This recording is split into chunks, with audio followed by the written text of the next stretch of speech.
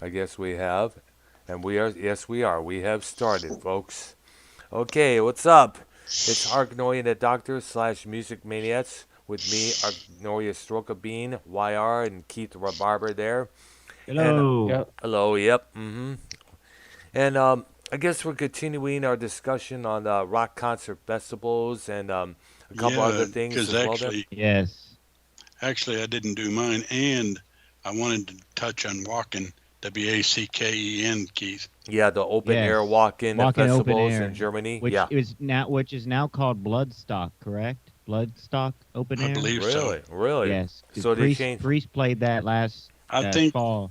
the Right. interesting thing would be to see the lineup of their very first show, which I believe was 1990. Can you spell it again? WACKEN, right. open air. Right.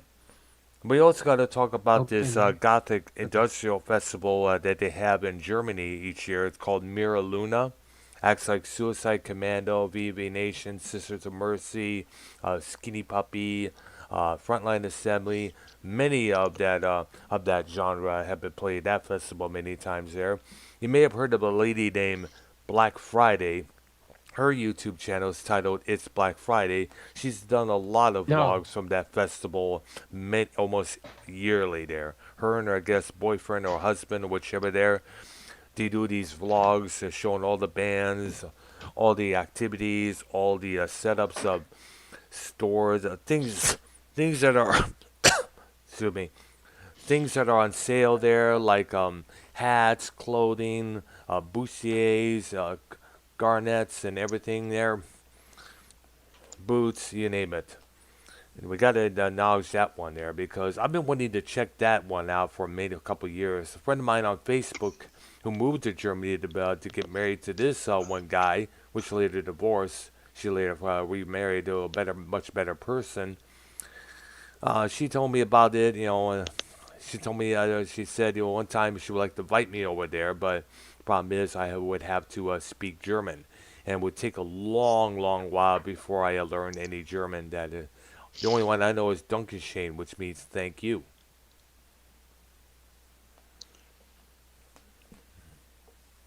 In Oh, Farfanugan. I got the walk-in open air lineup. All right, nice. Okay, 1990. Oh no, I got it for 2019. Oh, Let me look up 1990. You mean 1990? Yeah, okay, there you go there. I Yeah. believe that was the first year, and I Alright. saw the list myself, and I was amazed by the bands that went there for the first year of this. Wow. Okay, Megadeth, Motorhead, Halloween, Judas Priest, Accept, Yeah. Alice Cooper, Scorpions, Deep Purple, UMPH, Steel Panther, Crater, Dream Theater. Now that would have been a show to go to. Was that wait a minute. You said Steel Panther. Steel Panther Yeah. didn't form until late a few years back. And this is 1990? Mhm. Yes. Steel Wait. Panther. Yeah. You sure? Because what year did Steel Panther form? You want me to look that up? Yeah, go ahead there. 2000s, right? Yeah, did Yeah, I that? saw Yeah. that 1990 list of bands, and I was like, whoa, for the first festival of this type, that's a pretty impressive lineup. Well, of course, it was the main bands at that time. Nowadays, it would feature groups like Five Finger Death Punch, Skillet, a couple veterans like Alice Cooper. I know there's a Yeah. full-age concert. 2000. All right. Hey, and don't let me forget, guys. We'll throw in some rock news here. Yeah. Right. It's episode 2. Including current rock news. ZZ Top selling their catalog to BMG. Yep. 50 million. Wow, man. 50 million. And Two- then you had um, Bruce Springsteen sold it for 500 million. So Wow, there. I would think, ZZ Tops would be a little worth more, but and then Bob Dylan, he sold his for 300 million. Wow. So, I mean, not recently, just in general. So Springsteen got more than Bob Dylan. Wow, wow. Which Oh. is amazing because Okay, Dylan's catalog was bigger. I found another Yeah. list from 1990 for the Like an open air. Open air. Okay, it's Fifth Avenue, Axon Sex, Moto Slug, Sackett Season, Skyline, and Wizard. Ah. I see there. Needless to say, all the name bands at one time or another hit walking. A lot of them hit walking. Everybody's hit walking. Even I get Dawkins, yes, yeah, I mean, they played there a couple the times. newer, not none with George Lynch, but The current lineup was current, just yeah. Don with a whole bunch of other dudes there.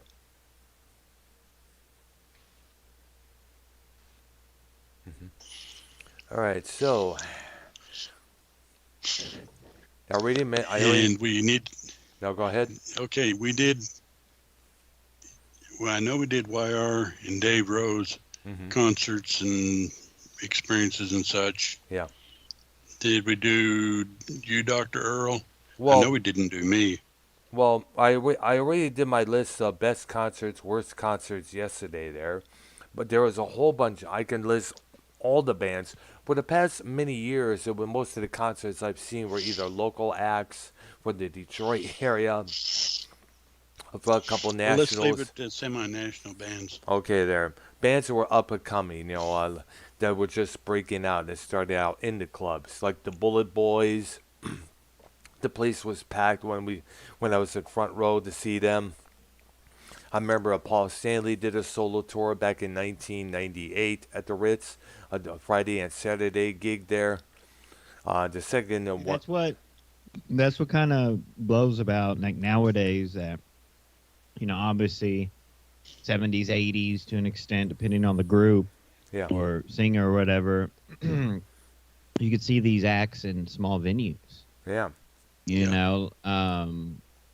Like Metallica did a couple smaller shows, for their club. yeah, Did you see that, Earl? Like for the fan club, they did a couple small yeah, venues, and then a couple other groups did it too. I think it may have been System of a Down. I mean, like or Tool Yeah. or someone did like. I mean, it was rare, like just 2,000 seat shows, but Yeah. sometimes they do that, and it's very very rare because you always see these bigger groups in these huge arenas. You know what I'm saying? yeah. I gotta tell you this one little story there. Local favorite, a band called the Trash Brats, was playing St. Andrews Hall one Saturday evening there, and one of the opening acts that played there was a at that time unknown group called Tool. Hmm. Yes, and that's been talked about for many years. That the story there after Tool broke big with that song "Sober" and "Prison Sex." I mean, those two songs were heavily played on the radio at the Leland City Club, at the Shelter underneath St. Andrews, by the way. Many clubs were playing those songs left and right there. Those are big songs there. You ever heard that group? Listened to a song of them today. You ever heard a group called Saxon? Yes, I have. I remember, Princess of the Night, That's the Denim exact and song Leather. I heard. Yeah, Yeah, that's what I heard. Denim and Leather. I had one of their cassettes titled Innocence is No Excuse. It was a pretty good album. Like the hit single from that was a track called Fallen Heroes. I kind of like an ode to all those who served but never really got any recognition. It's just been left out to dry. Right.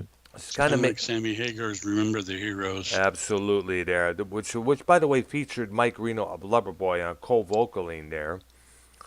Very good song. Both of them extremely badass tracks there.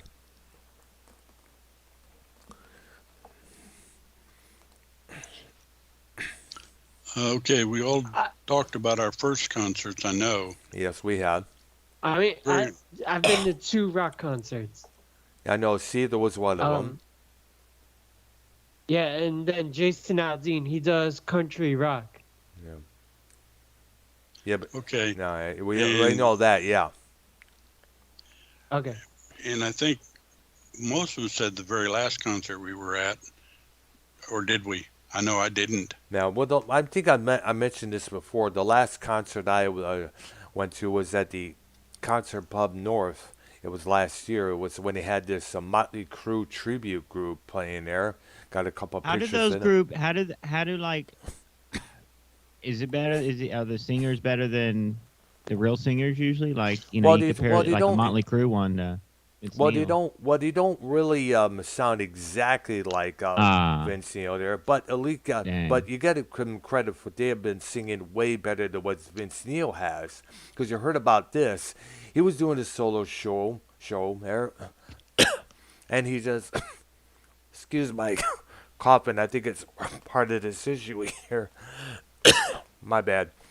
Now, Vince Neil had to cut his set short because he said, fuck it, my voice is shot, I'm sorry, and he walked off stage. I think it was Oh, this during, recent time? yeah, recently, yes, Yeah, I a remember couple that. months back there.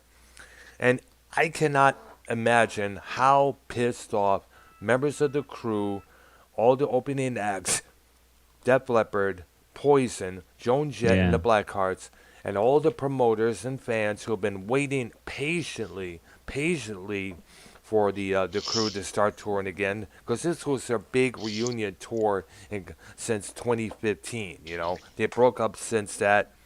They've been doing other things. I know Mick In that Mars. Dirt movie, because I was reading on it because they signed the contract where they would never tour again. Yeah, And that Dirt movie came out and it was so popular, that it was like they had to. They had yeah, to do it one last thing. Tour. absolutely. I guess they were. I guess they were when something makes big, like a documentary or a movie about a band, rest assured, interest in that band will definitely take height. It worked for Queen when the Bohemian Rhapsody movie came out. It worked for the Monkees when MTV did a all-day Monkees marathon. And this happened with the Motley Crue with the Dirt movie there. Now, if Vince Neil decides to finally get in shape and start singing again, we'll have to wait and see. For so far, the tours have been postponed again till actually next year. Would you care to go to that? I would like to check it out, as long as Poison's always good live. Def Leppard's always good live. So you got that going. yeah, And like Def Leppard tours all the time, so it's not really like it is a big deal, but they tour all the time, so yeah, that's anyone true. can There, see a Leopard show. that's but how like, they most you that know, that's how they usually earn most of their revenue. Since the it's records just they like come when out, you go to concerts at these stadiums, like Yeah. the football stadiums, it's Yeah. a pain in the ass, bro. I It know. really is a pain in the ass. Parking's double price. I mean, there's a shitload of people, which is cool, but That's why it's like, usually best to wait a couple years before the hype dies yes, down and see them when they come to play the clubs. Like, for instance, Quiet Riot. They did a show in 1994 at the old Ritz in Roseville. There was not a lot of people there, but it was good to see them perform again with Kevin DeBro years before his 2007 passing. Carlos Cabral, no, excuse me, Carlos Cavazio, my bad. I got the two mixed up because they both have the same initials there. Carlos Cavazio, who was back there playing the guitar with them. They didn't have Rudy Sarzo. I guess he was doing something else at the time. I know there were a lot of shows I wanted to see at the concert pub, like a thing called Gunzo, which featured Rudy Sarzo and Tracy Guns from LA Guns there. But I guess the tickets were actually the admission was about $75. I'm like, are you seriously? fuck all Whoa, dude. that. Yeah, I know. Yeah. The last concert I saw was in 2012, 2013, something like that. Mm-hmm. I saw McCartney at Texas Stadium. Mm-hmm. Mm. Nice. I'll bet the police The original Texas Stadium or like the new No, Cowboys? the new one in Arlington. I see Mm. him. And I'll bet you The last all Paul In fact, yeah, McCartney. I believe he was the second act that ever played there. Huh. What Beatles songs did he play? You remember? Well, let's see, Sgt. Pepper, Magical Mystery Tour, Drive My Car. Let's see what else. No early stuff. Drive My Car is about as early as it got. Mhm. Yeah. the last concert I went to was Seether in 2017. Yeah. And by the way, Isn't Drive My Car on Rubber Soul or no? well, the new version, yes, the original Yeah. UK version that's now released in America, but the one I remember was on the Yesterday and Today, the US version of that album. I had that album for Christmas. You know, my Yo, mom got that for me. have y'all seen that documentary on Disney Plus, the Beatles thing? Yeah, I want to No, watch that. not yet, but I want to see it. Yeah, They say fuck it's like yeah. 9 hours long, and it's like Wow, I really you want to have to be watch like that, I mean, I'm a big Beatles fan, so dude. I want to they say see if you're that not so like a bad. huge Beatles fan, it might be a little, but Well, like I saw the entire anthology. That was great. Oh wow. however they got the camera, it's clear. It's like ultra HD, like this new documentary. It's like Yeah, they did a crazy. It lot of. almost looked like they shot it yesterday. Yeah, they had to do a lot of work to make it a brand new once again to appeal to the audience of today. And I guess it says a little more lighter side of the Beatles during that time there, because around if you ever saw the Let It Be movie, Yeah. you could see that the Beatles were kind of like really You can this was see the cracks. starting to form there, Yep. you know. So hopefully this apologize for my cough, and I guess I've been doing that a lot lately since this whole bullshit with my neck started going down this past weekend. And yes, it drives me nuts. Yeah, my most surprising concert is I saw a retro concert at Hello? Texas Stadium, which Yes, was I the did. baseball field. Not Oh. the Turnpike Stadium, but the other one. Oh wow. Oh Yeah. yeah, it was Turnpike Stadium. Come to think of it, Ah, I so that see. tells you how long ago it was. But I got to see Gary Puckett and the Union Gap, All the right. Grassroots, and the Monkees. Oh wow. Of course, it was just the three of them without Michael Nesmith. Yeah. But they did that right after a baseball game, and I was like, "Hey, this is worth it." Yeah. It turned out to be a very good concert. I was really surprised. Yeah. And by the way, speaking of monkeys, rest in peace to Michael Nesmith, who passed away a couple weeks back from heart failure. And he was a Houston native, if I'm correct. I believe you're correct. All right. Yeah, I would have loved to meet the guy sometime soon, but unfortunately now, We're gonna meet in a couple days, motherfucker. Hope you get better. I hope within that so time. too, man. I hope so as well. There, Yo, Yeah, the you spot don't on. want to meet him Listen, right now. I the know. discreet location, private location. Yeah. It's like there's a bunch of cool places to hang out. Like Yeah, I it's know. really new and nice and shit. Like there's a couple. I'll tell you off air, Dr. Brown. Like this. All right, gotcha. We'll be from a secret live private location. Me and Dr. Brown on Friday. Mm-hmm. Friday. Christmas Eve. Christmas Eve celebration. All right, it's nice. Yeah, I'm Go ahead, guys. I'm still hoping to do this, man. I really am.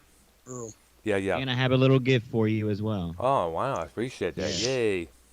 Earl, what artist have you seen the most in concert? Skinny Puppy. Skinny Puppy, the industrial rock icons from Vancouver, British Columbia, Canada. And I I've think you told us YR, didn't you? Kiss 3 times, and then Jimmy Buffett a bunch of times, and Trans-Siberian Orchestra a bunch of times. Yeah. My last concert was the Eagles oh yeah. a couple years I bet- ago. Right, it was like a month before COVID came into play. Yeah. Basically, Wow. Yeah. Okay, I have several artists that I've seen more than once, but I think the one that I saw the most was Robin Trower. Oh yeah. Yeah, you have I've seen mentioned it. that a couple times there. And I've seen McCartney twice, actually. Hmm. And I've seen Yes twice, Moody Blues twice. But I saw Trower 3 times. Yeah. One time in a small club at a place that is no more called the Bronco Bowl, one of the clubs inside of it. And then I saw him in the theater downtown Dallas. Right. And then I saw him down in Austin. I don't remember the name of the place, but he actually played with Peter Frampton. Oh yeah. So I right. got to see Frampton, then followed with Trower. Right. I remember seeing Iron Maiden 3 times, twice in 1985 during the World Slavery Tour. The first was at the Joe Damn, Louis. bro, that's crazy. The first was in the Joe Louis Arena with my best friend Dennis, and the second was at the Pine Knob Music Theater when it was still called that. My Dang. dad went with me, took me there, and he loved the show. He absolutely loved the show there, especially when with the lights, especially especially Well, I with guess- Eddie coming out from behind, a huge mechanical Eddie as well there. He really loved that. Yeah, and actually, I guess I saw Frampton twice because I saw him in Bass Hall in Fort Worth, which is a symphony, where they do symphonies. All right. And the sound quality in that place was unreal, really good. They had balconies too, which was cool. Yeah, I know. I was actually sitting in the balcony, and it was a good concert. And I saw Crosby, Stills, Nash, and Young twice. Nice. Although one of the times was without the Young. Oh yeah, because he doesn't always show up with those guys a lot of times. He's doing his own thing there. A lot. The thing I remember most about the one with him was he was playing a keyboard organ type thing. I don't know exactly what it was, and did After the Gold Rush, and it sounded awesome. Oh wow, there. What are those different sounding pianos? I guess it was, right? Well, it sounded more like an organ without sounding like an organ. Oh wow, I see what you're talking about there. But he played that and did After the Gold Rush, and I was like, "Oh, man, I'd love to see if, they would have recorded that. That would have been great." Yeah. But I guess they never did because I can't find it. Wow.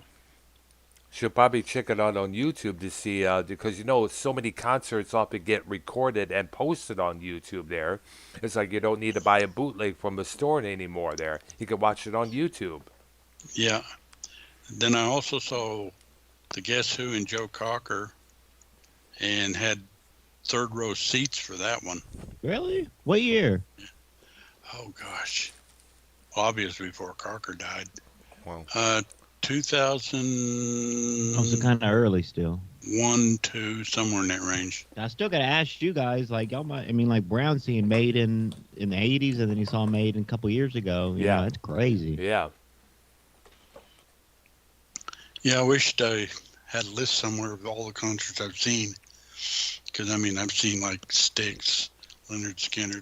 Well, without Ronnie Van Zant, obviously. Yeah, the new with Johnny in his place there. Right. Right. Now I've hold seen on 38 a Special, second there, I've seen Art. Cheap Trick. Now you said Joe Cocker died? Yeah. I thought he did, didn't he? Yeah. Oh, you're right. He is. I can- Yeah, he did I think die. in the late. Keith, can you look that up? I think in He the died late, in maybe in the late 2014. 2000s. He died in Yeah, yeah, yeah. 2014. Yeah, I'll Wow. look it up like in a minute. Are you But, are you taking a poop? That was a great concert. No, I'm pissing. Oh, flush the toilet. Oh, thank and, you for sharing. Yeah. And make sure. Oh, thank you for that, too. Yeah. I was gonna say, please mute yourself when you flush the toilet, for crying out loud, dude. Hey, I'm out. Let's see, I saw Cheap Trick. That And you was a didn't great wash your concert. hands. Yeah, I did. He does. All right, there. That must have been well be I did heard. get the booster today, guys. I did get the booster. All right. And what? So- Explain Alright. this booster, by the way, YR. Is it like something that goes along with the vaccine there? Yeah, just like I guess boost up. Keith, can you explain it? I really don't. I just do what I the don't government know. tells me I don't know what it is. at this point. Oh, It's Yeah, like- about a month and It's a like half, I think a flu shot is a booster shot. Well, like It's I gotta something go that to you the have to get fucking Judas once a Priest year. concert, bro, and they're gonna say like, "Oh, you gotta have the booster to be fully vaccinated, No. or get a test." I Getting see a that. test is a pain in the ass because the lines are like 2 or 3 hours long. You gotta wait in your car Well, and have, shit. have any of you guys ever had the test? Mm-mm. I never had the test either, but They tickle your brain.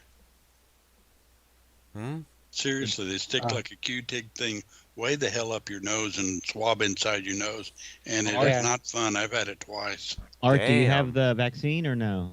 Yeah, I've got the vaccine and the booster. I got see, the a lot of people. I actually got the vaccine. I got the twice at my workplace, and the third time at a different store there. That's very important, bro. Like that's going into like that's very important in the music industry. This COVID, like even this damn stadium tour. Like yeah, they're billing it for this next year, but as soon as and I they saw pull it Eric off, Clapton I in mean, concert. Yeah, and you got to. I know they want. I know the bands are all gunning for it because they want to have their audience back. Because gosh, I mean, I understand you had to stay home, but geez, you want to be out there performing, you want to be out there doing things, you want to be out there playing a bunch of people there. I mean, doing lockdown sessions from your home place is fine, but at the same time, you miss having that crowd. You miss seeing crowds of people at the other side of that microphone. I saw Eric Clapton about 10, 15 years Who ago. who did you want to know when died? Yeah, I Joe read. Cocker. Yeah, I read already. I got the information. I totally forgot about Oh, that. It was in 2014. It's been a lot of years. So, And I saw The Who about 15 years ago. nice. And I've oh, seen so you got Wallflowers. Joe Hello. Cochran died Hello? in 2014. Yeah, I mentioned that. Yes, earlier. Okay. Yeah. Special guest wants to give his concert list. OR is here. He's going to give All his right. list. Here we go. Hey, OR, what is Good evening, happening? guys. Good evening. How you doing? We're doing pretty good, dude. How's it hanging? Oh, it's hanging. You know how it is, you know. But yeah, y'all were talking about concerts. I went to almost anybody that was anybody back in the 70s. Oh, yeah. I've seen them all. All right. The very first concert I ever went to was back in 1975. It was the Beach Boys in Chicago. Mm. Wow. That's a group I would have loved to have seen. And then followed up by the Doobie Brothers. All right. Yeah. Actually, that was back in 74. In 75, Bruce Springsteen came to town, and I'd heard of him, and you know, I heard some things about his, he got big and famous, but he had 2 concerts in downtown Houston in 75 and went to, and I've seen him probably about 8 times. The Eagles, best concert ever is the Eagles. Oh, yeah, with the original line, with the original, some of the original lineup, the lineup that we all know with the late Glenn Fry, Don Henley, Joel Walsh. I think it was Timothy B. Schmidt didn't join at that time. I think it was still Randy Meisner, if I'm correct. Right. And I did mention Right. Don Felder, correct? Yes. Yeah. All right, there, but, yeah. Went and saw the Eagles a few years ago, a couple of years ago, and they sound just as good as they did back in the 70s. Nice. I mean, they came out and played the Hotel California, the whole album, front Wow. and back, and then they said, we're going to take an intermission and come back and play the rest of what y'all know. They came back and played like another 25 songs. Oh, wow. Concert lasted till midnight. Wow. Interesting there. Yeah. The only band I usually figured did that was Pink Floyd and Roger Waters. Roger Waters usually did 2 sets in his shows there. Yeah. And Pink Floyd And, as well there. Rolling Stones, seen them twice Nice. back in the late 80s. Yeah, Rolling Stones. I mean, you know, Queen, when Freddie Mercury was Queen, I saw him in 1976 Oh, wow. in Sam Houston Coliseum, Houston. Nice. You just name them all. I mean, I've seen them all. Even some of the black singers. I can't remember the guy's name. What's his name? That he used to sing This Masquerade and George George Benson. Benson. George Benson. George Benson. Seen him. Of course, what do you call it? The guy that's been around forever, the Spanish guy, Carlos Santana. Santana. Ah, yeah. There you go. All right. Oh, yeah, I've seen them too. That was a good concert. Nice. Yeah. Didn't see the Beatles, but I saw Paul McCartney. Oh, yeah. Yeah, he put on a great show back then. Still does. They said that even at 80 years old, he comes out and plays for 3.5 hours. Didn't Nice. his wife had hairy armpits? Absolutely. Oh, That's wow. right. Linda. I was Wow. At the very front. The very Wow. front of that show in 1976, they came to Houston at the Summit, and it was standing room only on the floor, and I was right at the very first row. I mean, she was right in front of me. Was it Paul McCartney and Wings? Because Wings was still functioning at that time. There, I guess it was. It was a Wings Over Yeah, it was, America tour. Paul McCartney and Wings for sure. Yes, Yeah, I remember seeing and the concert movie many times. It was couple times on syndication TV. Excuse me, and another time on the Access TV channel there a couple years ago. yep, yep. And I guess the hairy Absolutely. armpits for women was a big thing back then, you know. Well, it was in England. In England, from my understanding, the women don't shave under their armpits. Maybe still don't. I don't know. Oh, wow. I don't know. Back then they didn't. Wow, interesting So, there. yeah, it's just if you're not used to seeing it, that's kind of weird. But Wow, it is.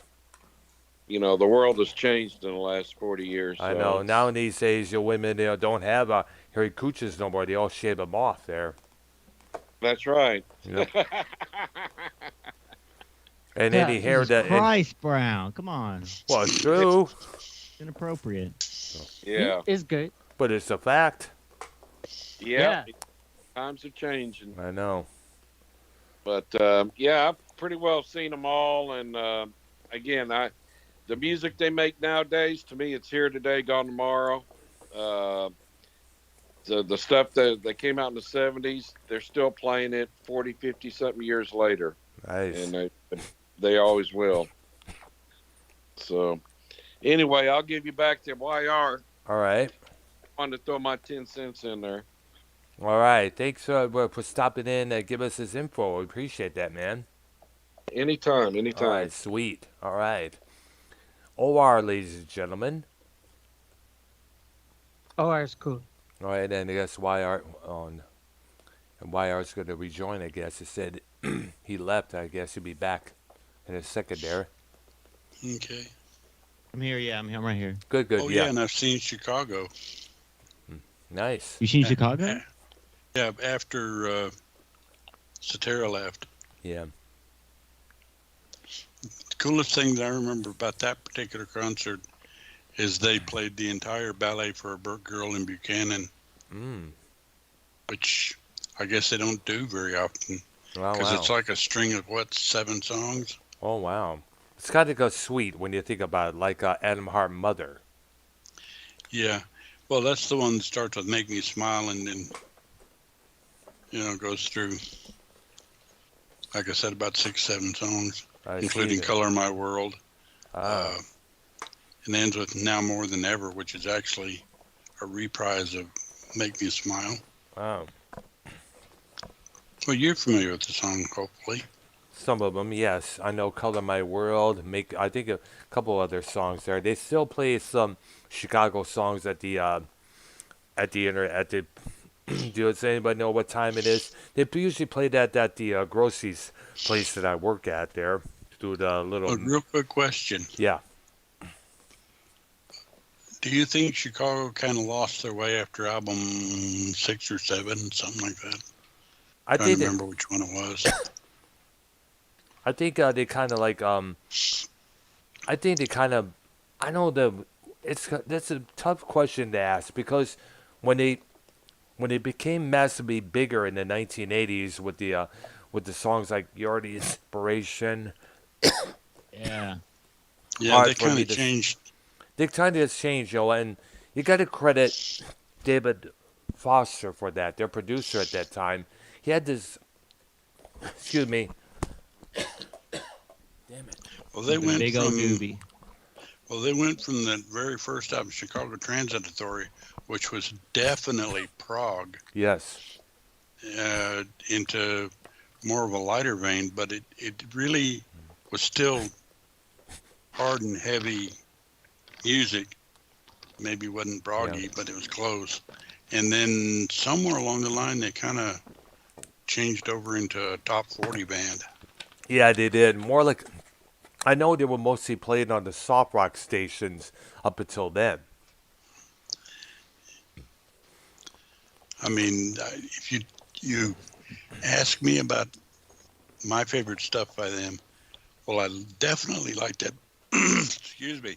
Go I ahead. definitely liked that first album, Chicago Transit Authority, Yeah. because that one was heavy prog, and it was really nice. And I did like some of the other stuff from the other albums. All right. Chicago 5 appealed to me. I like that because I love dialogue, parts 1 and 2. Ah. That What? Go thing ahead. where There. they sing back and forth, Kath and Cetera. All right. Kind of like it. Well, it was a dialogue. Yeah. And let's not forget Cetera and Cat did co-vocals on their cover version of I'm a Man for the first album there, Yeah, which is pretty badass. I remember hearing it on the radio many years back when I was way before I reached my teenage years. It was like, holy cow, this is pretty good stuff there, Do they even do stuff like that nowadays? Probably not, because they have to stick with the hits, the ballads there, like the ones I mentioned. yeah, and Cetera's not even with them I anymore. don't know. It's like, it was like a divorce, I guess. He took some of his songs with him. I guess he went solo, had a couple of hit songs here and there by himself, including that one with Amy Grant. Yeah, Yeah. And it's kind of funny is, they even try. Here's something else I got to bring up there. And this really is idiotic of the record label. But then again, the record label, they always concentrate on the big stuff that sells. right. If a band's been known for selling records through ballads, they're going to expect ballads from the band constantly all the time there. Right. They made this album. It was a lot more jazz, a lot more upbeat. It was a lot more powerful. The record company hated it because there were no ballads on it. They despised it. And that's when they parted ways with the record label. Now they have a thing called Chicago Music. It's what they're assigned to right now. I guess where they own the copyrights this time there, because the major bigwigs own the copyrights of all the bands there, except for a few exceptions there. And it's just, but the thing with the record company is that they expect the same thing from the artist all the time. Whether it's a song, another example, Quiet Riot. Remember how big, Come On Feel the Noise was back in 1983? A year later, the record company suggested another Slade cover for them to do. Mama, We're All Crazy Now.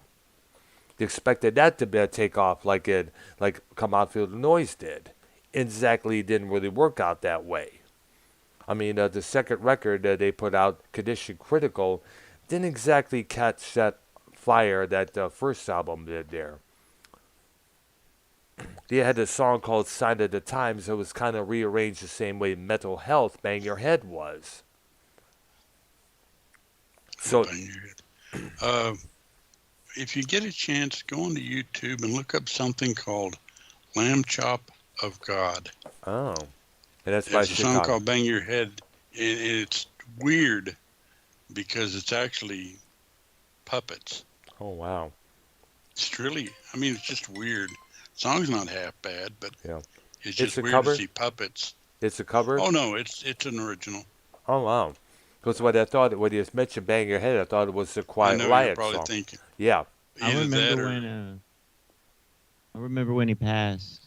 Kevin DeBro? Yeah. Yeah. It's like what? It was like in the 2000s. maybe later 2007. 2000. Yeah. Remember that? Drug overdose too, right? It was cocaine related. I know that. Yeah. It's actually Slade was pretty good, I thought. Yeah. And they're still together, I think they are. But I think it had some lineup change, I think it was. Their frontman, Naughty Holder's no longer with them, if I'm correct. Yeah, I'm not real sure. But I actually thought Slade was good. Oh, I had a couple of their records there. Slade in Flame, Nobody's Fools, Yeah. Sladed. That was the one with the red noses, right? Yep, that was one. Good song like a Goodbye to Jane. That was a good song there. Yeah. Which a band called Britney Fox later covered on their first record years later on down the line. Yeah. I know Keith is wondering, who I should look up these artists, and start listening to them. Yeah, we're sitting here talking about a bunch of people. Keith's back there going, Hee hoo ha hoo hee ha ha. What? Now I'm looking up Santana's albums. Oh yeah, they released a "Oh, lot good of Lord, them. there's a ton of them." Lots of them. Yeah, what do you think about the album Santana Supernatural? Ooh. Top 40. Not bad. Top 40 Oh for yeah. me. Well, here's another thing that really The going best back. one was the second one, I believe it is. Supernatural. No, Abraxas. Abraxas, one with Blair cover of Black Magic Woman, the Fleetwood Mac song. Right. But it Gypsy had other Queen. good songs. Oh yeah, Como Va. Incident in Neshabur. My What do you pers- think about the Santana Shaman that came out in 2002? Hmm. I'm not real familiar with that one. It was the same thing as Uh, Supernatural. Remember, going back yeah. to the topic I was talking about earlier. When when an artist hits big with a certain thing, the company encourages them to keep doing it over and over and over. When Yes. The same like kind of sound or whatever, right? yeah, the more top 40 Yeah. sound, many multiple singers on one different track there, whether it's Steven Tyler, Everlast, Rob Thomas, you name it. Eminem. Yeah, all those artists, contributed on a few Santana albums as of late. Yep. Yeah, Santana had a success. I don't remember the name of the album, but it's the one with Smooth on it with Rob Thomas. Supernatural, that's the one. Supernatural. Yeah, Yeah. that's the one on it. That one, that all hit so big that it was like, let's keep doing this. Let's keep doing this. Come on. Yeah, and after a while it gets on your nerves. Like, geez, want to break away from that, but the record company will probably jump down your throat if you do that because they want hits. Hits bring in money. Hits bring in revenue. They're there to sell records and nothing else. Right. If an act comes out there and says, this does something atrocious like burn the stage of a festival they're about to play, the company's going to back that band up because people are going to buy the records afterwards. Yes. To see what the controversy is about. The same thing with Body Count with Ice-T, the song "Cop Killer." When that song became notorious, Sire Records, which Ice-T was recording for at the time, figured they would boost a lot more album sales because of that song. Oh, right. Absolutely. Booster. Yep. Listen. Yeah. Cop Killer was Alright, that You're getting booster. the booster? Me? No, Keith, you getting the booster? Yeah, I have an appointment for 2 weeks from now. Thank God. You know what's fucked up now? I'm gonna What? tell you all What? this. Go ahead. Well, it depends on how they wrote it on your card. Cause like on mine, they put a sticker like it says Moderna on it, like a sticker, Ah. and then you write the date in. Well, they gave me a second card because there's no more room. There's like Oh, two wow. more slots to fill in 2 more vaccines, but like Wow. it's covered because of the sticker they put on. Oh, They wow. gave me another vaccine card, so now you got to walk around with 2 vaccine cards. Nice. Yeah, I Crazy, got right? that. Got my original one in the back. Actually, In I the have. booster, got a second card. I know we're gonna have to take shots every 6 months. We're gonna have 50 cards, 45 different cards. Watch. Wow. Yep. Never mind. Go ahead, Keith. Oh no, I was gonna say something, but I'm not 100% if it's true. All right. Not 100% sure if it's true. Not confirmed. Yep. I can't even say it Go ahead. because someone's gonna call me out on it. Mm. What? What is it? Tell us. If they call you Well, out, they call you I out. believe Devious Davros said it's gonna be like the people wearing the Jewish star back in the late 1930s. Hmm. Hmm. Although I don't 100% remember if he said that or not, or if it was about this topic or something. Oh, wow. I don't know. It kind of reminds me of the Sneetches, that's Dr. Seuss story there I remember hearing about as a kid. You have to have a star in Oh. your belly to be a part of this group. You have to have a star in your belly to take part of the festivities here and there. Oh, yeah. And Oh, that's what what. was Yeah. your rock news there, YR? Yeah. Oh yeah. Well, we did. You did cover that the ZZ Top thing, Well, we Brown, did, man. and then A little bit there. We didn't read the full story, but I think it was about, what was it again? What was it? 15 million, 10 million there? Sold it and for then that amount? About no 50 million for 50 ZZ million. Top. 50 million Wow. for ZZ Top. Now, And then we talked about this earlier. Sorry for the coughing, man. My mute mode doesn't really moke on here. Doesn't work, I should say. But the problem is, it's to me the songs are like your children, and it's like in a lot of ways you're selling your children. I mean, because this is the songs that's going to bring you money, and now they're going to be controlled by somebody else. Now, BMG, as you know, bought up the entire Fleetwood Mac catalog. I don't know if it's only the Buckingham Nicks lineup oh, or the here it original is. ones. Go ahead. All right, Keith. Keith, Yes. look up the on Blabbermouth. Sammy Hagar was asked to replace Philip Anselmo on Pantera. Oh, really? All right. Yeah, I can look that up. Sammy Yeah. Hagar replacement Pantera Blabbermouth, something like that. You know what I'm saying? Okay. And then obviously, let's touch on this. Metallica's 40th anniversary. They did a shitload of shows this past week, Oh, wow. like That's in San right. Francisco. I mean, they did from like early stuff to the latest, and then they reversed it like the next night or whatever. All latest right. to a lot of deep All right, I got tracks, a lot of stuff off Reload that they haven't played. Wow. Which I do. What do you think about that album, Reload? I love Well, Reload and Load. Load has some pretty good songs there, as well as Reload. Ain't My Bitch, 2x4, pretty good ones. King Nuffin is we could direct that to a they couple played of that losers. one on that celebration. Yeah. And of course, stuff like The Memory Remains, which by the way featured a different singer doing backup vocals for the first time, Marianne Faithfull. Wow. Yeah, she's in the video just as well there. I got of- the article. She's Okay, got to be 60 years old. I believe Go so. ahead, Yeah. Poop. Go Go ahead, ahead, Poopy. Keith. Go ahead, Keith. Sammy Hagar says he was asked to join Pantera as a replacement for Philip Anselmo. Asamo. Asamo. SiriusXM's Jose Magan recently interviewed Sammy Hagar in the limo, which was gifted to Jose from the estates of Pantera founders Dimebag Darrell Abbott and Vinnie Paul Abbott. Jose Abbott. has worked hard. Abbott. Yes, What did you Abbott. say? Yeah, I was Abbott. gonna say, dude. And then look It's up this spelled- story next. Look up this story Abbott. next, Keith. I'm sitting in the chat. It's Glenn spelled Tipton. Abbot. It looks like Abbott. Abbott. Okay, Abbott. Abbott. Jose has worked hard to restore the car and plans to take it all across the country and have epic hangs and chats with all of his buddies to reimmerse about his dear friends whom many of us still hold so dear.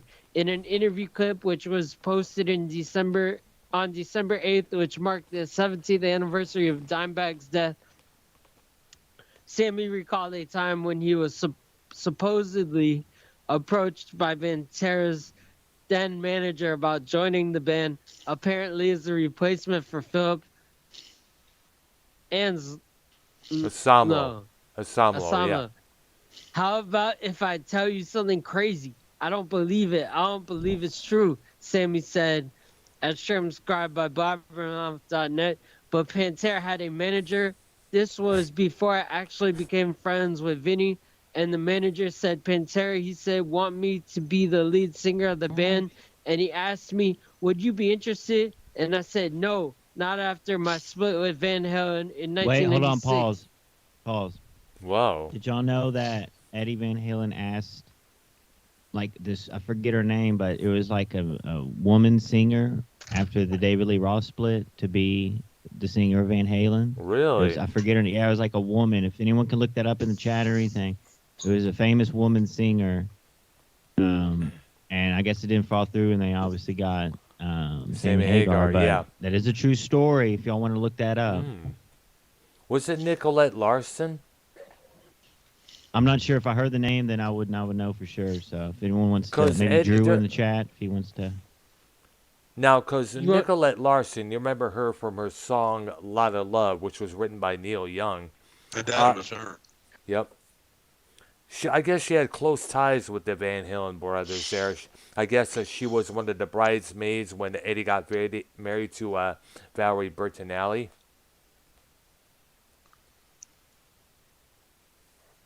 Yes. Hmm. And I guess, and believe it or Oh, not, Keith, go she ahead. was, and believe it or not, oh, you Go want me ahead, to keep Brown, and reading? then Keith's gonna finish up the article, and then we have a new Judas Priest news all about right Glenn there, Tipton, new all right, photo. all right. How are Yeah. you doing? Oh wait, real quick. Drew, can you look up the woman's name? She was gonna be like Eddie Van Halen wanted her to be the lead singer after the David Lee Roth split in 1984. I Van I Halen. remember hearing that they were going to get a bunch of different singers, like a well-known singers like Phil Collins, this person, that person, and do the same thing Jeff Beckett did at that time. So pay attention, Derailed. Can you look up the name of the woman who Eddie Van Halen asked to be the lead singer of Van Halen All right, after the David Lee Roth split? I just put something in the Skype chat. It's a track by Nicolette Larson called "Can't Get Away from You." Features Eddie Van Halen on guest guitar. Yeah, you mentioned Jeff Beck, and you're right. He was famous for a lot of times different singers on two or a single album or two albums or whatever. That's right. They seem to always be changing singers. One of them, Right. Rod Stewart, his old buddy there. Remember the cover version of "People Get Ready," which was a Yeah. big hit on the radio there. And of course, he was the lead singer on the first two albums by Yep. Beck, Jeff Beck Group. Truth and Beckola. Yep. Ain't Superstitious, which is a good song there. Oh, yeah. We should get Drew on the call here. Patti Smith. Really? Oh, Yeah, wow. it was Patti Smith. Oh, wow. Y'all That know who that is? Yes, I Yeah. remember who she is. Yeah, she was the I guess she's from New York City, I guess it was. I think she did, well, the song I remember, I think, was Warriors. Is that correct? The one I remember was the one she written with Springsteen, Because the Night. That was a big Yeah. hit. Yeah. I remember she also got married to Fred Sonic Smith from the MC5. That marriage lasted throughout many years, and she lived in Michigan for many years, married to the guy until his death. They had a son named Jackson, who was in a couple bands there. I guess she moved back to New York City soon after his death there. I remember seeing her do a performance at the Magic Bag Theater in Ferndale there. You know, it's pretty good stuff there. Is it Smith or Smeeth, Drew? Smythe, right? No, that's Patty Smythe. Right. Yeah, that's the one you're Oh, talking Smythe. about. We Oh, got the Smith, Smith, and Smythe. dude, you got me confused there because I thought you were talking about the punk poet. I don't know who it is. Do y'all know? But did y'all know the Smythe one? Well, Patty Smythe was the singer for the band Scandal. They had this couple hit songs like "Love's Got a Line on You" and "Goodbye to You," and of course she did that one song, "The Warrior," back in I guess Right. in '85, '86. That was a big song there. Because Yeah, that was the one I remember. when you said Patti Smith, I thought it was the one of the original punk poets there, because she did a lot of poetry. She did close work with the late William Burroughs. She looked up to him extensively there.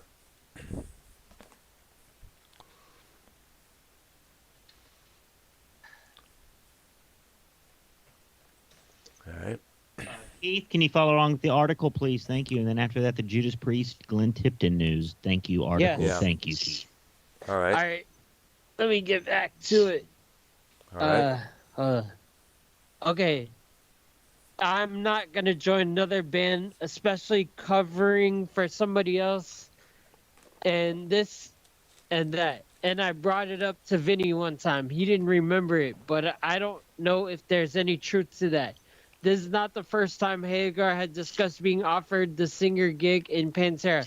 Back in 2011, he told Forbes, I was asked at one time to be in Motley Crue. I was asked Oh, at wow. one time to be in Pantera by their managers. I was asked to be in Velvet Revolver when Scott Weiland quit and went back to the Stone Temple Pilots. I was waiting to be asked to be in Led Zeppelin to say no, since they were the greatest band on earth and no could replace Robert Plant. I was asked to be in Aerosmith and I said no. He continued, certain bands and certain frontman singers are more difficult to replace than others. Steven Tyler and that band have stayed together for 40 years and you don't You don't to replace walk Steven Tyler. Yeah, I know. and you don't to walk into something like that. They had one moment years ago when they replaced Joe Perry, but it's still always been Steven at the front of Aerosmith. Yeah. You don't replace that. When I came into Van Halen, it was easy because David Lee Roth wasn't a great singer, but he was a good frontman, Hager explained. In those times, I was selling out the same arenas they were. So it was like the combination of two forces and it worked, but it's a rare thing.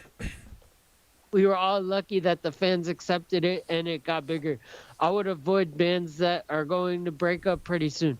In a 2015 question and answer season at the DFW Acura Performance Showroom in Dallas, Texas, Vinnie Paul said that Van Halen was a huge influence on him when he first started playing drums. Eddie and Alex Van Halen inspired me and my brother Dimebag so much, he said, it was really just unbelievable the parallels that we had between ourselves.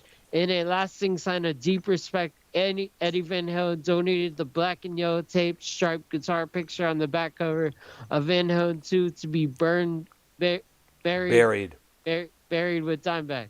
Yeah. All right, I'm done with that. And can you look up that Glenn Tipton, Rob Halford, Blabbermouth, please? All right. I got to mention this.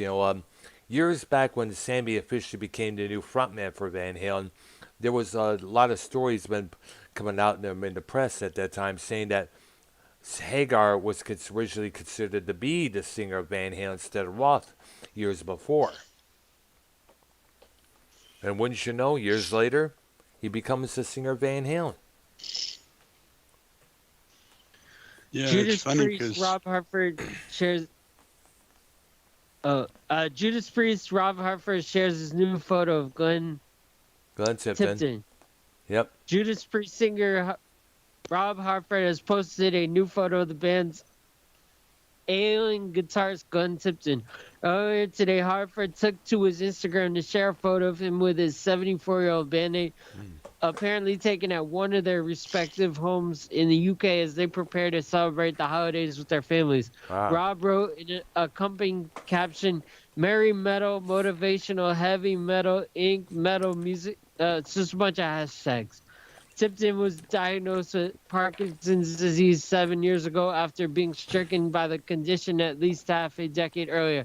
Tipton announced in the early 2018 he was going to sit out touring activities in support of Priest's latest album, Firepower. He was replaced by Firepower producer Andy Sneap, who is also known for his work in NWO, BHM, Revel's Hell, and cult thrash outfit Sabbath.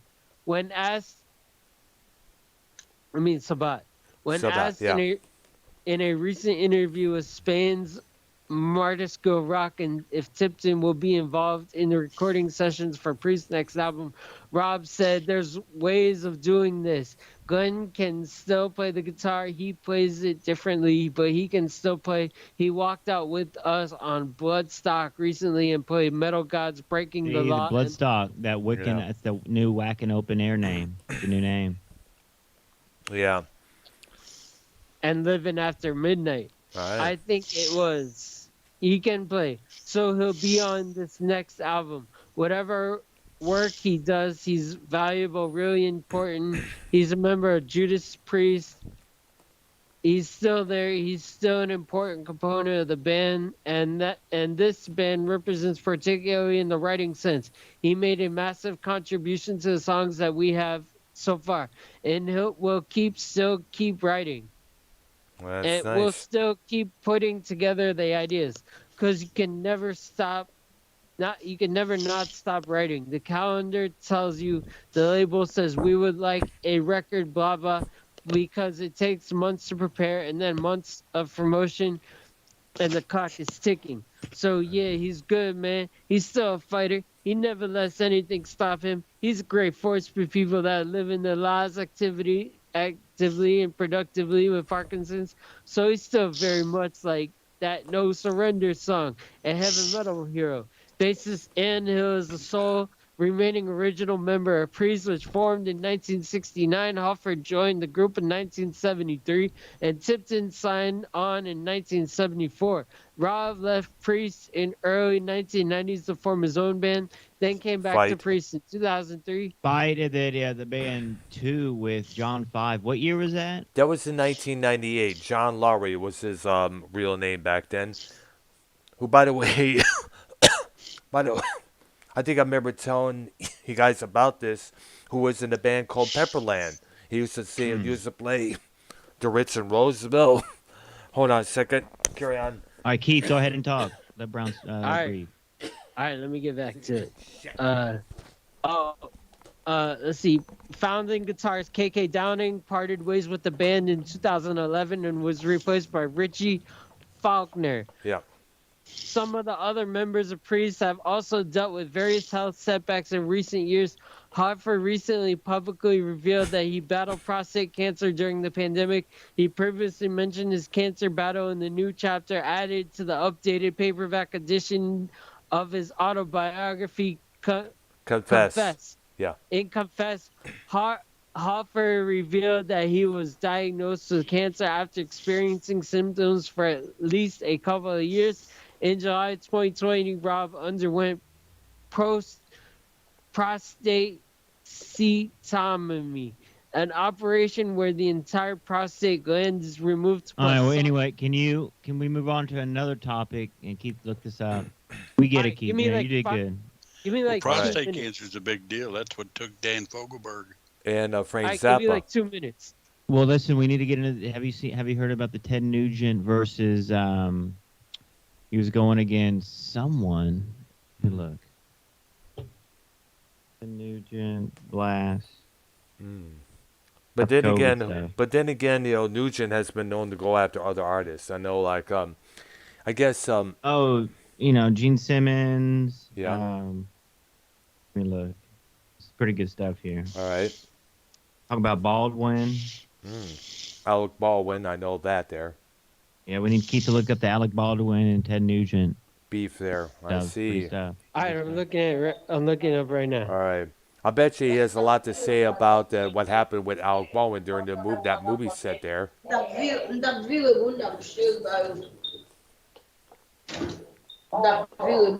somebody's making noise in the background there. Oh, okay, I'll mute. All right.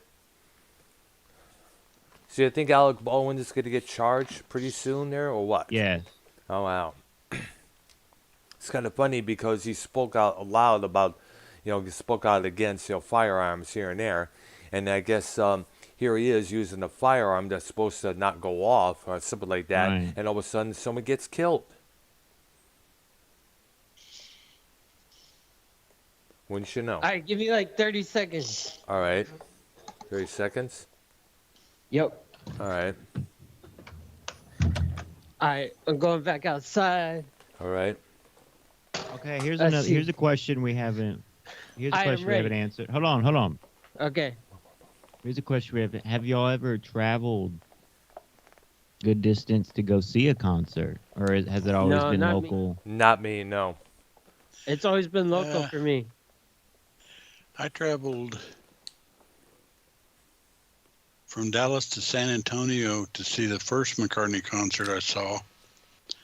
And I traveled from Dallas to, when I say from Dallas, I mean the area. I've never lived in Dallas. Oh. But I drove to Austin to see the Trower Frampton thing at some kind of little outdoor thing. All right. That's a good thing about Texas. There's at least 4 major cities, like WWE, for example. They'll always, you know, they'll hit San Antonio, Austin, Dallas, Houston, Yeah. always. Yeah. You know, and then El Paso's kind of big or whatever, would Yeah. be considered. I remember they. Yeah, but they're kind of away from Yeah, it's on the way on the other side of Texas, on the left side there. Like I remember, like when Raw and SmackDown, like before SmackDown was like on Fox and stuff, like SmackDown would get like the kind of shittier cities. So like, a Raw would hit Houston, but then like a SmackDown would hit Corpus Christi, a way smaller Right. town. But Uh, um, that's what Iron Maiden's doing this other Leg- leg of this legacy tour is yeah. they're hitting like cities they haven't been to in a while, or cities Yeah. they haven't been to at all, like El Paso. They're hitting. Yeah. They're coming to Texas, but they're only hitting El Paso and another city. I forget. I think it was possibly Austin. I think it mentioned there.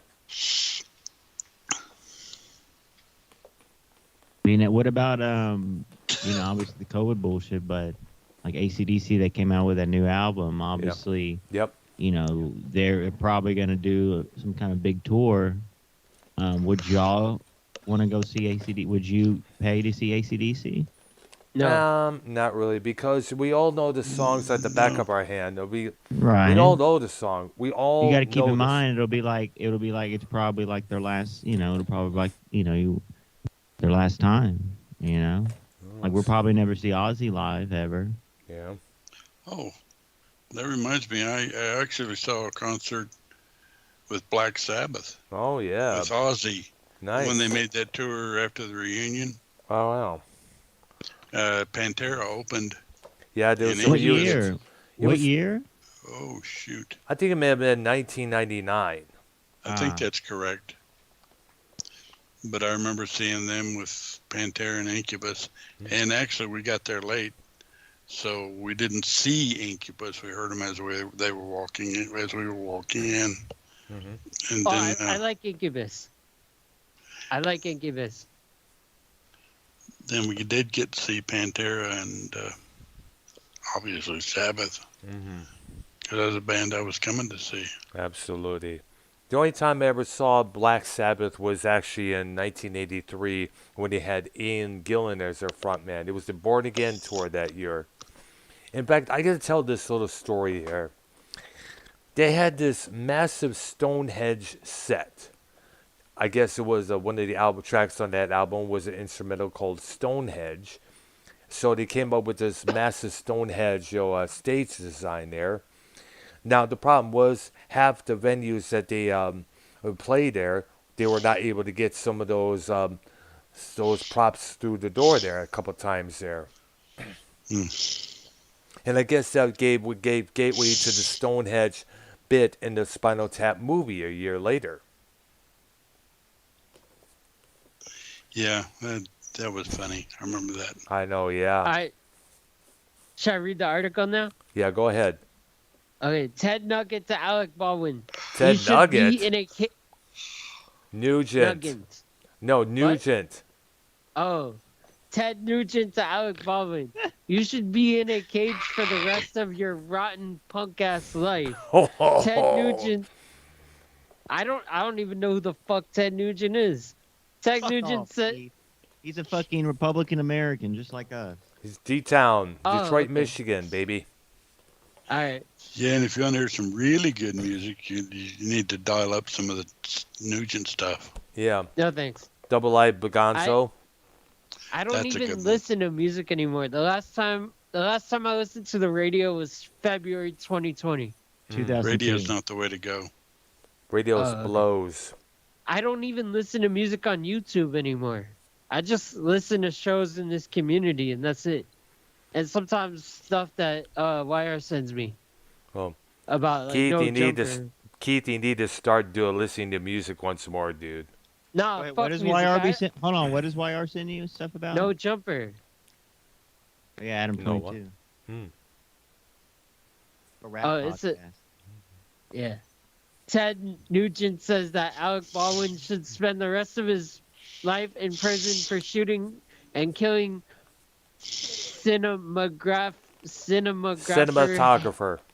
cinematographer Holly Hutchins on the set of the film Rust.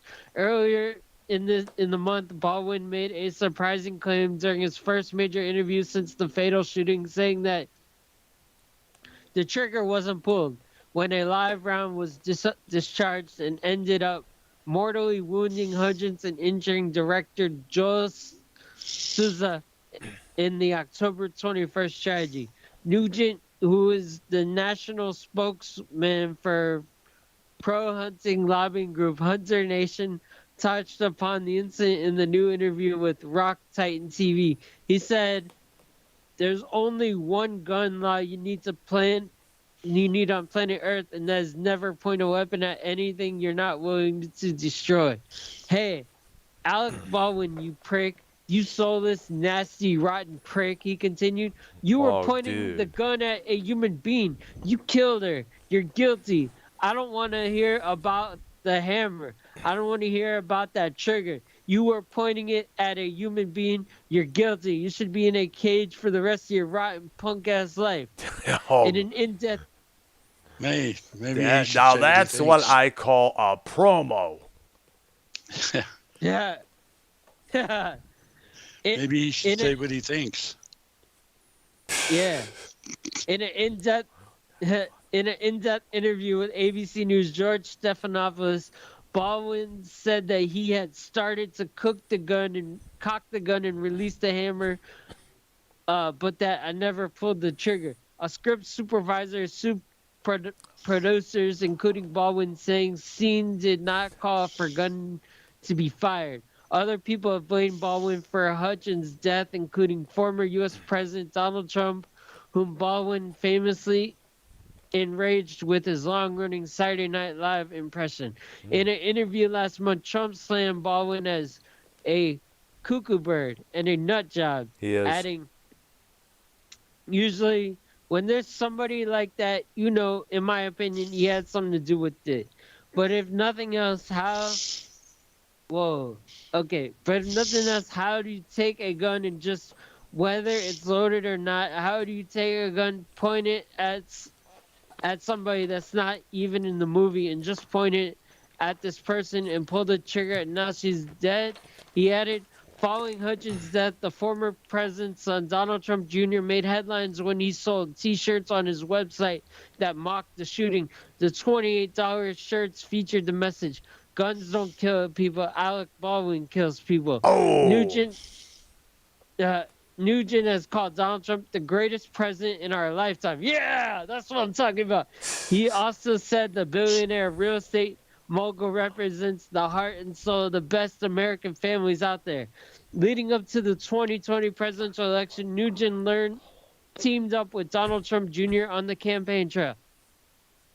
Last month, Nugent recently redesigned from the board of the National Rifle Association after 26 years. Resigned from the board of the National Rifle Association after 26 years, released the official lyric video for his new song, "Come and Take It." Why did that, Brown? Why did he resign? That was a good I organization. don't know. wasn't it? I do not know. I didn't hear about this until now. I could look up why he resigned. I'm actually on after- Baldwin's side on that Baldwin issue. Honestly, I mean, I don't know about You think Drew it, in you there. think it was an accident or it was? I think, yeah. I mean, Well, I don't think the he conspiracies. no, and it wasn't really attention. We all these know white that. Republican men, obviously, like Ted Nugent, that likes Trump. White Republican racist men, obviously, yes.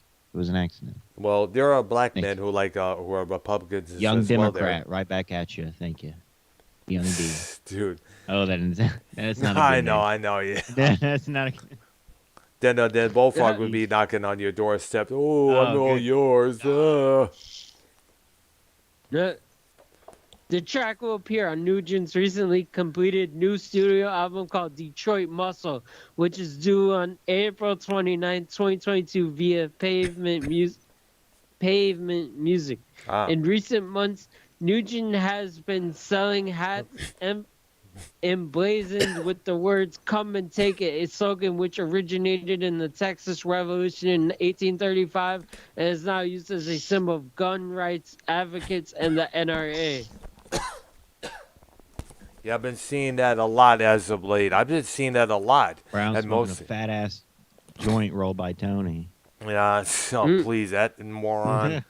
I know for some reason it was since this whole bullshit came. I got this whole thing there. I've been coughing like a motherfucker, and it's driving me nuts. So everybody listening out there, you have my apologies ahead of time there. But damn, that's what I call a fucking badass promo. He The- always used that Gibson what was it, Birdland. Birdlander. Birdland. That's Yeah. his signature guitar there. I have an article. old big Ted body Nugent guitar. resigns from NRA board over scheduling conflicts. Oh, You want me to read it? go ahead. Maybe he's still a member. Did you? Rock and roll guitarist and gun enthusiast Ted Nugent is resigning from the board of the National Rifle Association after 26 years. Nugent, who once recorded a song titled "I Am the NRA," is stepping down due to ongoing schedule conflicts. Ah, According to a July 29th meme from General Counsel John Fraser, reviewed by Bloomberg News. Nugent has served on the group's 76-member board since 1995, according to a website that tracks the gun group. wow. You want me to keep reading? Yeah, go ahead, dude. Yeah. Okay. Representatives for Nugent and the NRA didn't respond to multiple requests for comment. An outdoor group called Hunter Nation announced earlier this month that Nugent was going to become its national spokesperson. The Trace reported Nugent's resignation earlier today.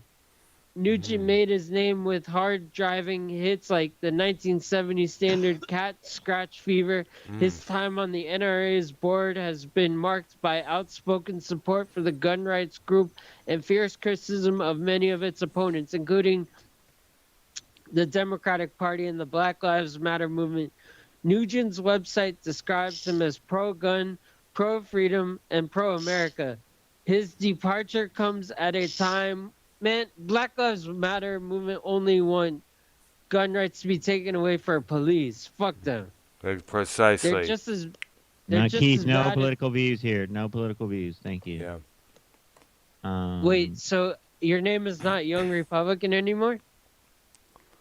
No, it's YR. It's a whole different thing. Yeah. Oh, okay. Young retard or something. I don't know. Whatever you All want. His departure comes at a time when the NRA is facing declining revenues and rising legal costs related to several court battles, including a failed bid earlier this year to use a federal bankruptcy filing to move from New York to Texas. It's now defending a lawsuit filed by a New York Attorney General, Letitia James, who was accused the nonprofit and top executives of misappropriating assets and called for its dissolution. The NRA and its executives have denied any wrongdoing.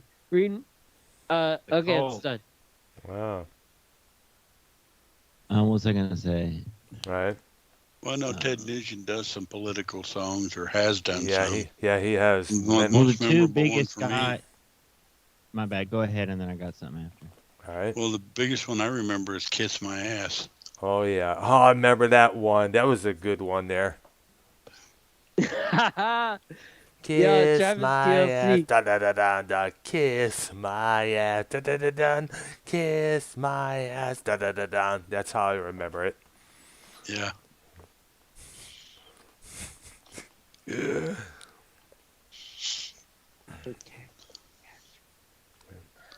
Yeah, but if you remember the verses, he pretty much blasts. Well, when he wrote the song, Jimmy Carter was in charge. Oh yeah, I see there. He pretty much blasted him and Janet Reno and Bill Clinton as well. not at that time because, well, maybe he did. Hmm. Yeah, it could have been Bill and Hillary both. All right. It's been a while since I heard it, but I do know he does blast. I guess you would call the Democrat Party. All right. Yo, like the entire Democratic Party needs to commit suicide. Oh, here we go, political again. Oh boy. All right, I'm done. Okay. That's I'm done. yeah, but you know what? Yeah, I'm not gonna say no more about that there. I didn't threaten anybody. I know. We came up with a good suggestion. Yep. Oh man, when am I getting the new tripod? My tripod is falling apart. When we fucking get donations, it's been a Oh, little. okay. Wow. I haven't gone live Keith, in a while.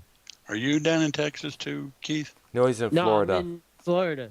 Fucking the tropical fucking paradise. Yep. Oh, It's Great. like it's 66. I think it's 66 degrees right now. Oh, wow. So it feels good. It feels good right now. Mm. We do have the world premiere of YR's newest community drama show Ah.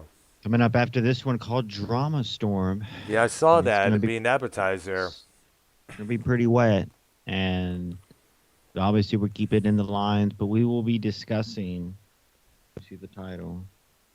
We'll be discussing what is considered going over the line, like on YouTube, on the internet. We'll be bringing up some situations. We'll be tackling some current drama. Of course, the Skype is open to everyone All right. except for the people on the ban list. And we'll be having some fun tonight. Hey. And if anyone wants to donate to get Keith a tripod, donations will be Oh, yeah. open, of course. But any closing statements, guys? Is everyone? What's the topic for? Are we going live tomorrow too?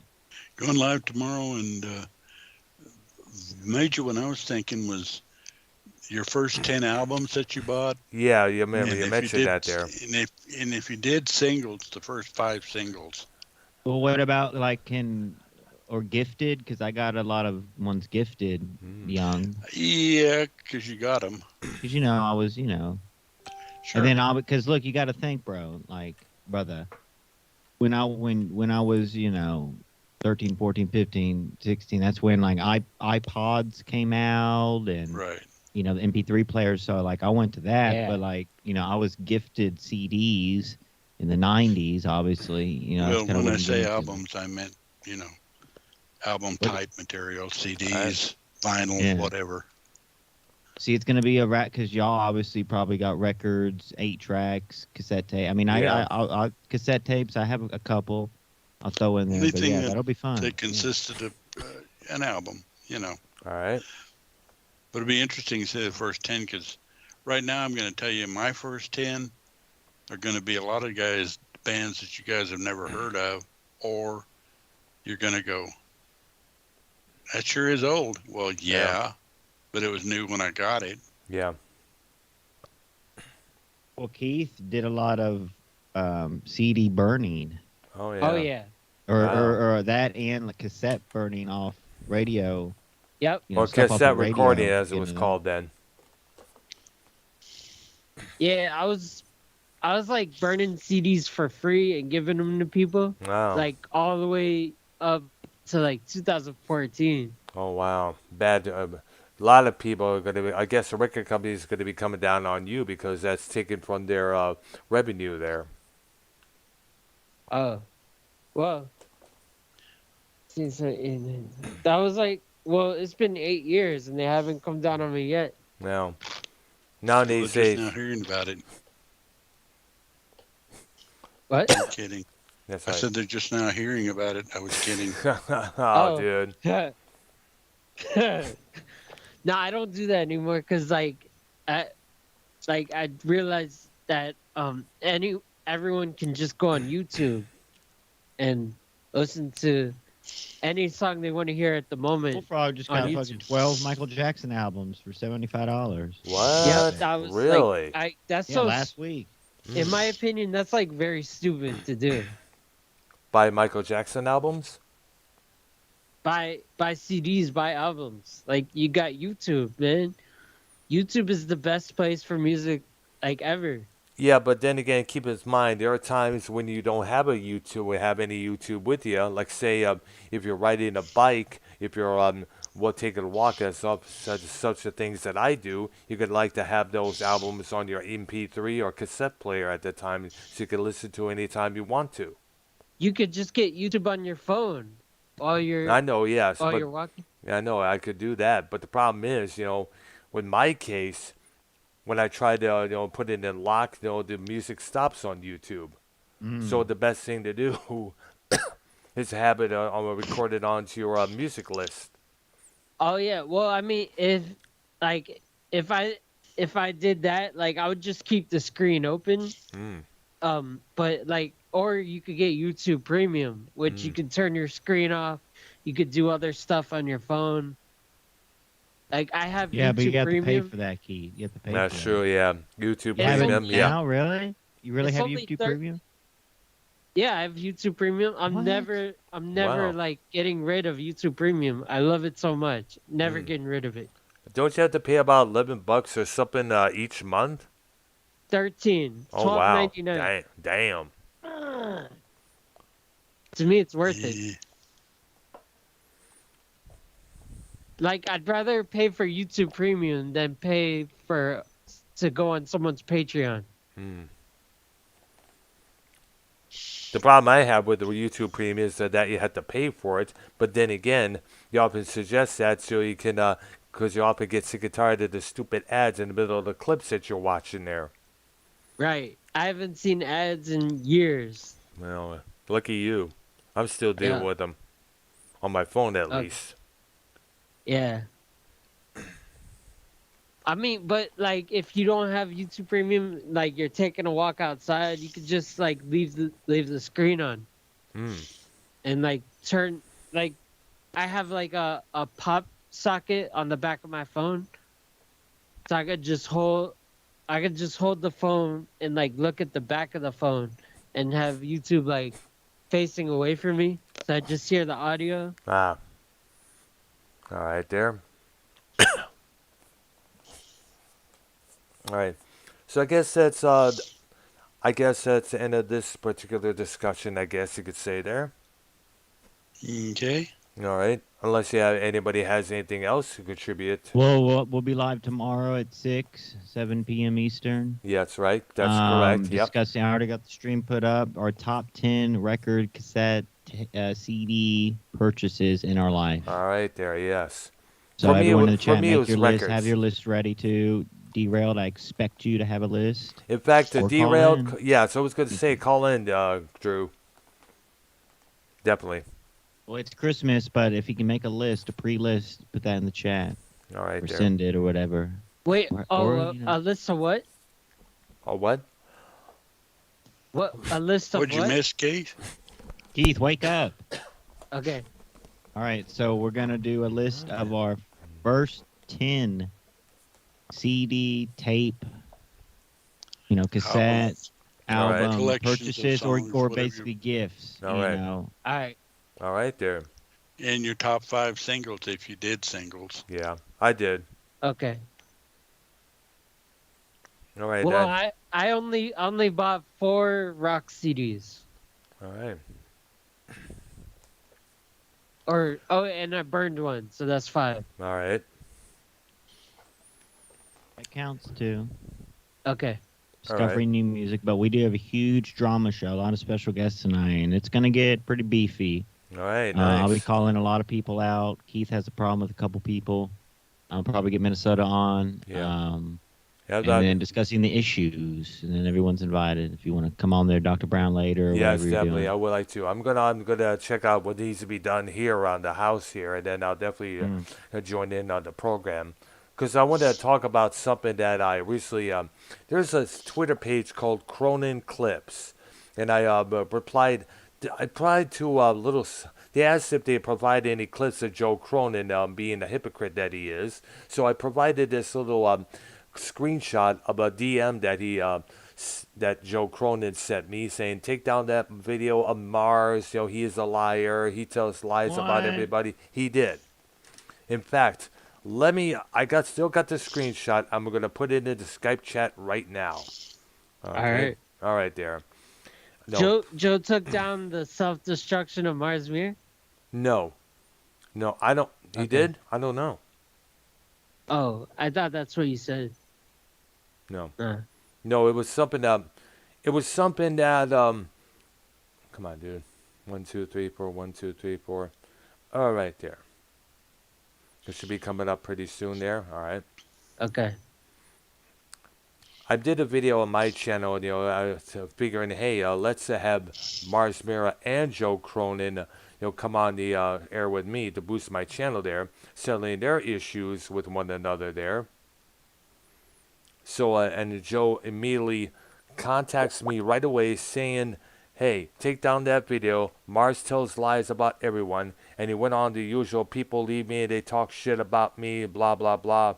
Well, Joe, now's the time to figure out why they're talking shit about you. I mean, and this YouTube page that I follow, and we follow each other, he talks about, he has these little clips of saying, I can't pay my mortgage, I can't pay my taxes, I can't do this there. Little usual ways of getting his money, his donators to pay for this, pay for that there.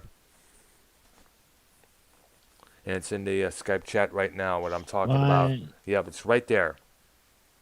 The fuck? I know. What is that? That's weird. I know, yeah. And that was a couple years back.